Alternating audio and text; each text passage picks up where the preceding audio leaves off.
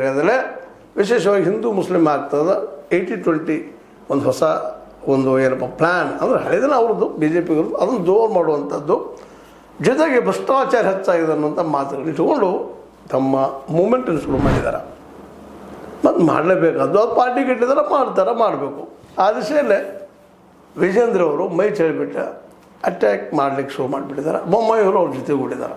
ಅಂದರೆ ಇದರ ಅರ್ಥ BJPಯಲ್ಲಿಯ ದೊಡ್ಡ ನಾಯಕರೆಲ್ಲರೂ ವಿಜೇಂದ್ರ ಜೊತೆಗೆ ಗುರುತಿಸಿಕೊಳ್ಳೋದು ನಿಧಾನಕ್ಕೆ ಶುರು ಮಾಡಿದ್ದಾರೆ ಅಂತ ಇರ್ಬೋದು. ಅದರಲ್ಲಿ ವಿರೋಧ ಇರ್ಬೋದು, ಅವ್ರ ಮಧ್ಯದಲ್ಲಿ ಏನೂ ಇರ್ಬೋದು. ಬಟ್ ಇವತ್ತು ಅಸ್ತಿತ್ವದ ಪ್ರಶ್ನೆ ಬಂದದ್ದು BJPಗೆ. ಅದರಲ್ಲೂ ಯಾಕಪ್ಪ ಅಂದ್ರೆ 2027 ನಾವು ಗೆಲ್ಲೇಬೇಕು ಅನ್ನೋಂಥ ಹಠದಲ್ಲಿದ್ದಾರೆ BJPಗರು. ಅದಕ್ಕಾಗಿ ಅವರು ಕೆಲವು ಕಾಂಪ್ರಮೈಸ್ ಮಾಡ್ಕೊಳ್ತಾ ಇದ್ದಾರೆ JDS ಜೊತೆಗೆ. ಯಾಕೆ ಎರಡೂ ಜಂಟಿಯಾಗಿ ಕೂಡಿದಾಗ ಮಾತ್ರ 2028 ಕಾಂಗ್ರೆಸ್ನ ಅಲ್ಲಾಡಿಸ್ಲಿಕ್ಕೆ ಸಾಧ್ಯ ಇದೆ ಅನ್ನುವಂಥದ್ದು ಯಾರಿಗಾದರೂ ಮೇಲ್ನೋಟ ಕಂಡು ಬರುವಂಥ ವಿಷಯ. ಅದರಲ್ಲೂ ಮತ್ತು ಕಾಂಗ್ರೆಸ್ನಲ್ಲೂ ಒಳಗೆ ತಿಕ್ಕಾಟ ನಡೆದವ, ಅಲ್ಲೂ ಇಲ್ಲಂತಲ್ಲ.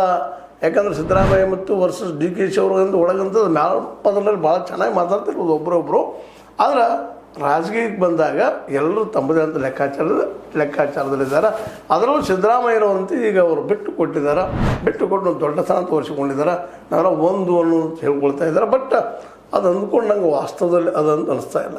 ಅದನ್ನು ಉಪಯೋಗ ಮಾಡಿಕೊಂಡು ಇವತ್ತು BJP ಇದ್ದು ತನ್ನ ಬಲವನ್ನು ಉತ್ತರ ಕರ್ನಾಟಕದಲ್ಲಿ ಅದರ ಬಲ ಹೆಚ್ಚದ. ಸ್ವತಂತ್ರವಾದ ಮೀಡಿಯಾಗೆ ಬೇಕಾಗಿರುವುದು ಸ್ವತಂತ್ರ ಧ್ವನಿ. ಆ ಸ್ವತಂತ್ರ ಧ್ವನಿ ಉಳಿಸಲು ನೀವು ಮಾಡಬೇಕಾದದ್ದು ಇಷ್ಟೇ. ಅದೇನಪ್ಪಾ ಅಂತಂತಂದ್ರೆ ನಿಮ್ಮ ಕೈಲಾದಷ್ಟು ಸಹಾಯ ಈ ಚಾನಲ್ಗೆ ಮಾಡಿ ಹಾಗೂ ನಿಮ್ಮ ಧ್ವನಿಯನ್ನು ಕಾಪಾಡಿಕೊಳ್ಳಿ. ಹೀಗಾಗಿ ಹಾವೇರಿ, ಹುಬ್ಬಳ್ಳಿ, ಅದೇ ಕಾಲ ಬೆಳಗಾವಿ, ಇನ್ನೂರು ಕಡೆಗಳಲ್ಲಿ ಸಹಿತ ಮಾನ್ಯ RSS ಫಂಕ್ಷನ್ ಆಯಿತು ಬೆಳಗಾವಿಯಲ್ಲೇ. ಅದೇ ಕಾಲಕ್ಕೆ ಬೇರೆ ಕಡೆಗಳಲ್ಲಿ ಫಂಕ್ಷನ್ ನಡೀತಾ ಇದ್ದಾವೆ. ಜೊತೆಗೆ ಈಗಂತೂ